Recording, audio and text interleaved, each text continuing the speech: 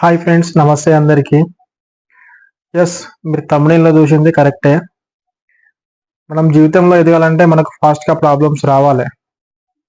అరే వీడేంద్ర ఇట్లా అంటున్నాడు, జీవితంలో ఎదగాలంటే ప్రాబ్లమ్స్ ఎందుకు రావాలి ఫాస్ట్గా, అసలు ఎవడైనా ఇట్లా కోరుకుంటాడా అని అనుకుంటారు ఫ్రెండ్స్. బట్ నేను రియాలిటీ ఏందో చెప్తా. అసలు ప్రాబ్లమ్స్ ఎందుకు రావాలి అని అంటే మనకు జీవితం అంటే ఏందో తెలవాలి, సమాజం అంటే ఏందో తెలవాలి, సమాజంలో ఉన్న మనుషులు ఎట్లున్నారో మనకు తెలవాలి. అప్పుడే కదా నీకు జీవితం అంటే ఏందో అర్థమవుతుంది. అప్పుడే కదా నీకు ఏ డ్రీమ్స్ ఉన్నాయో నువ్వు సాధించాలి అని అనుకుంటావు. ఒక కసి నీలో పెరుగుతుంది నువ్వు అనుకున్నా నువ్వు సాధించాలంటే. ప్రాబ్లమ్స్ అందుకే రావాలి. ఎగ్జాంపుల్గా ఒక రిచ్ పర్సన్ని తీసుకుందాం. ఆ రిచ్ పర్సన్కి పుట్టే కిడ్స్ ఎట్లుంటారంటే, అంటే కొంచెం వాళ్ళు పెద్ద అయినాక, అంటే చిన్నప్పటి నుంచి వాళ్ళు పెరిగే విధానం ఎట్లుంటుందంటే, వాళ్ళకి ఏ ప్రాబ్లమ్స్ తెలియదు. వాళ్ళకి మనీ ఉన్నాయి కదా, చిన్న చిన్న ప్రాబ్లమ్స్ కూడా తెలియదు. అదే మన మిడిల్ క్లాస్ అనుకో, మనం స్కూల్కి వెళ్ళేటప్పుడు మన బ్యాగ్ కూడా సరిగ్గా ఉండదు. మనం ఏదో బియ్యం బస్తా బ్యాగ్లో అవి కొట్టించుకొని మనం వెళ్తాం. ఎందుకంటే మనకు బయట రెడీమేడ్ బ్యాగులు కొనేంత స్థాయి మనకు లేదు, బికాస్ వీఆర్ మిడిల్ క్లాస్. అదే రిచ్ పర్సన్ వాళ్ళ కిడ్స్ అయితే మంచి మంచి డిజైన్ బ్యాగులు వేసుకొని వస్తారు. వాళ్ళకు ప్రతి ఒక్కటి ఉంటాయి. వాళ్ళని చూసి అరే మనకు కూడా ఇట్లుంటే బాగుండు, కదా అని మనం అనుకుంటాం. బట్ ఒక్కటే, నువ్వు ఎప్పుడైతే అట్లా ఫీల్ అవుతావో, ఒక రిచ్ పర్సన్ కిడ్ని చూసి నువ్వు ఎప్పుడైతే అట్లా ఫీల్ అయినావో, అరే నాకు లేదు కదా, నాకుంటే బాగుంటుండే, మా ఫ్యామిలీ పరిస్థితి ఇట్లుంది, మా ఫ్యామిలీ సిచ్యువేషన్ ఇట్లుంది అనే ఆలోచన నీకు వస్తుంది. ఎస్, అది చిన్న ప్రాబ్లం కావచ్చు, బట్ దానిలో చాలా డెప్త్ ఉన్నది. ఇలాంటి చిన్న చిన్న ప్రాబ్లమ్స్ కూడా వాళ్ళకి తెలియదు. రిచ్ పర్సన్ కిడ్స్కి చిన్న చిన్న ప్రాబ్లమ్స్ కూడా తెలియదు. అట్లా పెరుగుతారు వాళ్ళు. రేపు పొద్దుగాల వానికి 20 to 30 years వచ్చినాక వాళ్ళ అయ్యా సంపాదించిన డబ్బుని వాడు మొత్తం ఈజీగా ఖర్చు పెట్టేస్తాడు తప్ప వాడు ఒక రూపాయి కూడా సంపాదించాడు. నాకు తెలిసి రిచ్ పర్సన్స్ కిడ్ మళ్ళీ సంపాదించాలంటే ఏదో 100 మందిలా ఒక 5 members వరకు ఉంటుండొచ్చు అంతే. అందరూ జల్సాగా తిరిగి అడ్డమైనవన్నీ నేర్చుకొని ఖరాబ్ అయిన వాళ్ళే ఉంటారు. బట్ అదే ఒక pure middle class, below middle class నుంచి వచ్చిన వాళ్ళు ఎట్లుంటారంటే, వాడికి చిన్నప్పటి నుంచే వాళ్ళ అయ్యావ పడే కష్టాన్ని చూసుకుంటే వాడు పెరుగుతాడు. వాళ్ళ ఫ్యామిలీ విలువలు వానికి తెలుస్తాయి, కష్టం విలువ వానికి తెలుస్తుంది, రూపాయి వాల్యూ వానికి తెలుస్తుంది.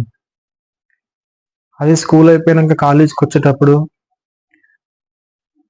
వానికి చదువుకోవడానికి కూడా సరిగా ఏ ఫెసిలిటీస్ ఉండవు, వానికి డబ్బు సరిగా ఉండదు, తన పేరెంట్స్ నుంచి ఏమి రావు. అప్పుడు వానికి ఒక థాట్ వస్తుంది, పేరెంట్స్ ఎందుకు ఇబ్బంది పెట్టాలి, వాళ్ళని కదా నేను మంచి చూసుకోవాలి, మంచి చదువుకోవాలని వాడు డిసైడ్ అవుతుంది. ఎలాగో అట్లా నేనే ఏదో ఒక పని చేసుకుంటా పార్ట్ టైంలో తీసుకొని పైసలు సంపాదించుకొని కనీసం నా చదువుకు నేను వచ్చేటట్టన్నా సంపాదించుకొని చదువుకుంటా అనుకుంటాడు వాడు. అక్కడ మనకి ప్రాబ్లం వచ్చింది కాబట్టి వానికి ఆలోచన వచ్చింది. ఏ ఆలోచన వచ్చింది? మంచిగా చదువుకోవాలి, నా పైసలు ఏందో నేను సంపాదించుకోవాలి, నా చదువు తగ్గట్టు, మా పేరెంట్స్ని ఇబ్బంది పెట్టొద్దు, నా ఫ్యామిలీకి ఏ ప్రాబ్లమ్స్ నేను తీసుకురావద్దు, నా నుంచి రేపు పొద్దుగాల నేనే వాళ్ళని మంచిగా చూసుకోవాలి అని అనుకుంటాడు. ఆ ప్రాబ్లం మనకి ఆలోచన వచ్చింది. ఒకవేళ అదే ప్రాబ్లం మనకి రాకపోతే ఆ ఆలోచన ఎందుకు వస్తుంది చెప్పు? రాదు కదా. అందుకే అంట, నువ్వు జీవితంలో తొందరగా బాగుపడాలంటే నీకు ప్రాబ్లమ్స్ రావాలి. ఆ దేవుడిని కోరుకో, దేవుడా నాకు తొందరగా ప్రాబ్లమ్స్ ఇయ్యని చెప్పేసి. ఎస్ ఫ్రెండ్స్, నిజం ఇది. మా అంటే నువ్వు ఒక 20 ఏళ్ళు 25 ఏళ్ళ వరకే నువ్వు బాధపడుతుండొచ్చు, అవమానపడుతుండొచ్చు, ఎందరో నీ ముఖం మీద తూ అని ముస్తుండొచ్చు, అవమానిస్తారు, తిడుతారు, అరే వీడేంద్రా, వీని బతికేంద్రా అంటారు. అనని, పర్లేదు. అప్పుడే కదా నీ జీవితం మజా ఉంటది. అరే ఎవడెవడైతే నా గురించి తప్పుగా మాట్లాడిండో, ఎవడెవడైతే నన్ను అవమానించిండో, ఎవడెవడైతే నన్ను నా ముందట ఒకలా మాట్లాడి నా వెనుకల ఒకలా మాట్లాడుతున్నాడో అని అన్న వాళ్ళందరికీ సమాధానం చెప్పాలి అనే ఆలోచన నీకు వస్తుంది. బికాస్ నీకు ప్రాబ్లం రావడం వల్ల. అదే ప్రాబ్లం కనుక నీకు లేకుంటే, హుందాగా నీకు డబ్బు ఉంటే ఇష్టం వచ్చినట్టు జలసాలు చేస్తావు, ఎంజాయ్ చేస్తావు, లేనిపోని అడ్డమైన అలవాట్లు అన్నీ ఉంటాయి. ఇంకెక్కడ బాగుపడతావు చెప్పు? నువ్వు బాగుపడకపోవడమే కాకుండా 10 మందిని చెడగొడతావు. ఆ చెడగొట్టేటోళ్ళు కూడా ఎవరు తెలుసా? మిడిల్ క్లాస్ వాళ్ళతో నువ్వు ఫ్రెండ్షిప్ చేస్తావు. నీకు డబ్బు ఉన్నది భయ్, నువ్వు జల్సాగా తిరుగుతూ ఏమైనా చేస్తావు, రేపు పొద్దుగల నీకు సంపాదించడానికి మీ అయ్య ఉంటాడు. బట్ ఇక్కడ మిడిల్ క్లాస్ నుంచి వచ్చేవాళ్ళు వాడిని చూసి వీళ్ళు కూడా లేనిపోయిన అలవాట్లన్నీ నేర్చుకొని గలీజ్గా బయట అప్పులు చేసుకుంటా, మరీ ఖర్చు పెట్టుకుంటా, మరీ జలసాలుగా తిరుగుకుంటా, పైనకి మొత్తం షో చేసుకుంటా తిరుగుతురు. అంటే వాని వల్ల వీడు ఖరాబ్ అవుతున్నాడు. ఒక్క మిడిల్ క్లాస్ వాడు ఖరాబ్ అయ్యండంటే వాని ఫ్యామిలీ మొత్తం రోడ్డు మీదకి ఎక్కుతుంది. ఎందుకంటే నీ ఫ్యామిలీ నీ పైన ఆధారపడి ఉన్నది. జస్ట్ నీ పైన మాత్రమే ఆధారపడి ఉన్నది. నువ్వే వాళ్ళని మంచిగా చూసుకోవాలి. అర్థమవుతుంది కదా? అందుకే ప్రతి అడ్డమైన అలవాట్లన్నిటికీ ఏడికి పోకు. ఫస్ట్ ఒక ప్రాబ్లంని ఫేస్ చేయడం నేర్చుకో. ప్రాబ్లం వచ్చింది కదా, నాకే ఎందుకు ప్రాబ్లం వస్తుంది అని అంటే ఎప్పుడు కూడా బాగుపడలేవు. నీకు ప్రాబ్లం ఇస్తుండే ఆ దేవుడు అంటే నువ్వు ఆ దేవుడికి నువ్వు జీవితాంతం రుణపడి ఉండాలి.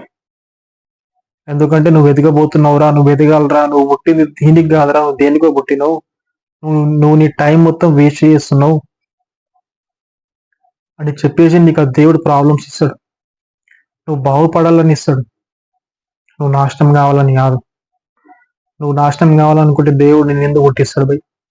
ఇక్కడ దేవుని గురించి ఎందుకు చెప్తున్నా అంటే కొంతమంది అనుకుంటారు, దేవుని తిడతారు, నాకెందుకు ఇచ్చిన ప్రాబ్లమ్స్, నాకే ఎందుకు ఇచ్చినాడు, పక్కనోనికి ఇవ్వచ్చు కదా. అరే పక్కనోడు మనిషి కాదా రాబి? పక్కనోనికి ప్రాబ్లం ఉంటే నీకు హ్యాపీనా? అంటే నీకు రావాలి ప్రాబ్లం, పక్కనోనికి కూడా రావాలి. పక్కనోనికి ప్రాబ్లం వస్తే అప్పుడు నువ్వు హ్యాపీ ఫీల్ అవుతావు. నీకు ఒక్కనికి రావద్దు ఇక్కడ ఏది, ఈ సమాజంలో అంతే, అందరు అట్లా ఉన్నారు. నీకు ఒక్కనికే ప్రాబ్లం రావద్దు, నీ పక్కన ఉన్న 10 మందికి కూడా ప్రాబ్లం వచ్చింది అనుకో, సేమ్ ప్రాబ్లం, అరే నాకు ఒక్కనికే కాదు వీళ్ళందరికి కూడా వచ్చింది కదా ప్రాబ్లం, పర్లేదు నాకున్న ప్రాబ్లమ్ వాళ్ళకు కూడా ఉన్నది అని చెప్పేసి నువ్వు సాఫీగా వెళ్ళిపోతావు. అది నీ మైండ్ సెట్. మార్చుకో. నువ్వు బాధపడ్డా సరే, నీకు అవమానం జరిగినా సరే, నీ శత్రువుకి నువ్వు ఇచ్చే రిప్లై ఎట్లుండాలంటే, వాడు ఇంకొకరికి ఆ మాట అనాలన్నా భయం పుట్టాలి. ఇంకొకరిని ఎవ్వరిని కూడా తక్కువ అంచనా వేసి చూడకూడదు. అది నీ చేతుల్లోనే ఉంది. అండ్ ఇక్కడ ఇంకోటి ఏంటంటే, నీ ఫ్యామిలీ కూడా నీ పైనే ఆధారపడి ఉంది. వాళ్ళ గురించి ఆలోచించి ఏదైనా డిసైడ్ గా. ప్రాబ్లమ్స్ వస్తే పారిపోకు. జీవితం నీది, బ్రతుకు నీది. నీ ఇష్టం వచ్చినట్టు బతకాలంటే నీపైనే ఆధారపడి ఉంది. నువ్వే కష్టపడాలా. పక్కనోడు ఎవడు వచ్చి ₹1 ఇయ్యను నీకు. ₹1 ఏం కర్మ, నేనే ₹1,00,000 నీకు ఇచ్చిన అనుకో, ఎన్ని రోజులు ఉంటాయి నీ దగ్గర చెప్పు? ఎన్ని రోజులు ఉంటాయి? అదే పైసలు వచ్చే పని నువ్వే చేసుకుంటే జీవితాంతం నీతోనే ఉంటుంది. నువ్వు కష్టపడి నువ్వు బాగుండడమే కాకుండా నీ ఫ్యామిలీ కూడా గర్వంగా ఫీల్ అవుతారు నువ్వు పుట్టినందుకు వాళ్ళకి. ఇక్కడ ఇంకోటి ఏంటంటే, నేను అందరికీ చెప్పేది సమాజానికి కామన్ గా, మీరు దీని గురించి తప్పు అని అనుకోర్రి, ఏమని అనుకోర్రి. ఒకవేళ నేను చెప్పేది తప్పు అనుకుంటే మీరు కింద కామెంట్ చేయర్రి, నేను నేర్చుకుంటాను మీ నుంచి. సమాజంలో మనం ఉన్నాం. ఇక్కడ సమాజంలో అందరు ఎట్లా అయిపోతుందంటే ఈ మధ్య కామన్‌గా వాని పని వాడు చేసుకుంటున్నాడు. వాని ఫ్యామిలీని వాడు చూసుకుంటున్నాడు. ఓకే. నీ ఫ్యామిలీని నువ్వు చూసుకుంటున్నావు. బయట సమాజం కూడా అట్లనే ఉంది. ఎవరిని వాడే చూసుకుంటున్నాడు. ఎవ్వడో వందల 10 మంది పక్కనోనికి సాయం చేద్దాం, పక్కనోనికి హెల్ప్ చేద్దాం అని అనుకుంటారు. బట్ 100 మంది కాదు. 100 మందిలో 100 మంది అనుకోవాలి. పక్కనోనికి సాయం చేయాలి. పక్కనోనికి సాయం చేయాలి. నీ ఫ్యామిలీని మాత్రం చూసుకోవడం తోపు కాదు ఈ జనరేషన్‌ల. ఎవ్వడైనా చూసుకుంటాడు నువ్వు వాని ఫ్యామిలీని వాడు. నీ ఫ్యామిలీతో పాటు ఓ 10 మందికి సహాయపడినావంటే నీ జీవితంలో ఆ కిక్కు వేరుంటది. ఆ మజా వేరుంటది. ఆ 10 మంది అరే! వీడు మాకు సాయం చేసినాడు. వీడు మేము ఆపదలో ఉన్నప్పుడు మమ్మల్ని ఆదుకున్నాడు అనే ఒక్క మాట నీ గురించి ఎవరికైనా చెప్తుంటే నువ్వు విన్నావనుకో, నీకు ఆ ఫీలింగ్ చాలా హైలో ఉంటది. మస్తు మజా వస్తది. మీరనుకుంటారు, అరే! నువ్వేం చేసినావురా బయ్! మస్తు చెప్తున్నావు. మాటల మందమే అవంతా. నువ్వేమైనా చేసినావా? అని అంటారు. ఎవడు చేసేది ఆడు చేస్తాడు. నేను చెప్తున్నా అంటే నేను చేసే ఉంటా. నేను చేయకుండా ఏది చెప్పా. బట్ మనం సహాయం చేసింది 10 మందికి చెప్పాల్సిన అవసరం లేదు.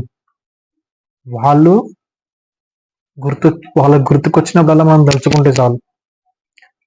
అరే! ఆయన నాకప్పుడు నేను ప్రాబ్లమ్‌లో ఉన్నప్పుడు నాకు సాల్వ్ చేసిండు. నాకు తోడున్నాడు. నాకు సపోర్ట్‌గా ఉన్నాడు. ఆయన వల్లనే మేము ఇప్పుడు ఈ పొజిషన్‌లో ఉన్నాం అని వాళ్ళు ఫీల్ అయితే చాలు. అండ్ ఇంకోటేందంటే ఫ్రెండ్స్, ఇది నేను పర్సనల్‌గా అడుగుతున్నా ప్రతి ఒక్కరికి. మీ సపోర్ట్ నాకు కావాలి కంపల్సరీ. ఎందుకంటే ఈ చిన్న చిన్న సహాయాలు కాకుండా మనం ఇంకా పెద్ద పెద్దగా ఎదగాలి. పెద్ద పెద్ద గ్రో కావాలి. సమాజంలో ప్రతి ఒక్కరికి మనం సాయం చేయాలి అని అనుకుంటే మీ సపోర్ట్ నాకు కావాలి. ఫస్ట్ మనం డెవలప్ కావాలి. ఫస్ట్ మనం గ్రో అవ్వాలి. ఫస్ట్ మనం మనీ సంపాదిస్తేనే మనం 10 మందికి సహాయపడగలుగుతాం. మన దగ్గర ఏ కళ లేనిది 10 మందికి చేయాలి అనే ఆలోచన నీ దగ్గర ఉంది అని అంటే ఏం లాభం చెప్పు? నువ్వు కష్టపడి సంపాదించు. సంపాదించి అప్పుడు నీ సంపాదన 10 మందికి ఖర్చు పెట్టు. అప్పుడు మజా వస్తది లైఫ్. నీ లైఫ్ ఎంజాయ్ చేసుకుంటా, నీ ఫ్యామిలీని చూసుకుంటా అప్పుడు 10 మందికి సాయం చేయి. నీకు నువ్వే చూసుకుంటా అంటే ఎవడు పట్టించుకోడు. ఎవడు తీక నేను. అందరికి కామన్ కదా మరి. ఎవరికైనా కామన్. అసలు నువ్వేంది? నీ గురించి 10 మంది ఎందుకు మాట్లాడుకోవాలి చెప్పు? అరే! నీ ఫ్యామిలీని నువ్వు చూసుకుంటున్నావురా భయ్! నీ గురించి 10 మంది ఎందుకు మాట్లాడుకోవాలి? నువ్వు తోపని ఎందుకు అనుకోవాలి? నువ్వు హీరో అని ఎందుకు అనుకోవాలి చెప్పు? లేదు కదా! అనుకోరు కదా! మరి ఎందుకొచ్చినాం ఈ భూమి మీదకి మనం చెప్పు? సంథింగ్ ఏదో ఒకటి చేయడానికే పుట్టించిండు దేవుడు మనల్ని. ఏదో ఒకటి మనం చేయాలే. అర్థమైతుంది కదా! ఇక్కడ ప్రాబ్లమ్స్ అనేది రావాలి. వస్తేనే మంచిగా.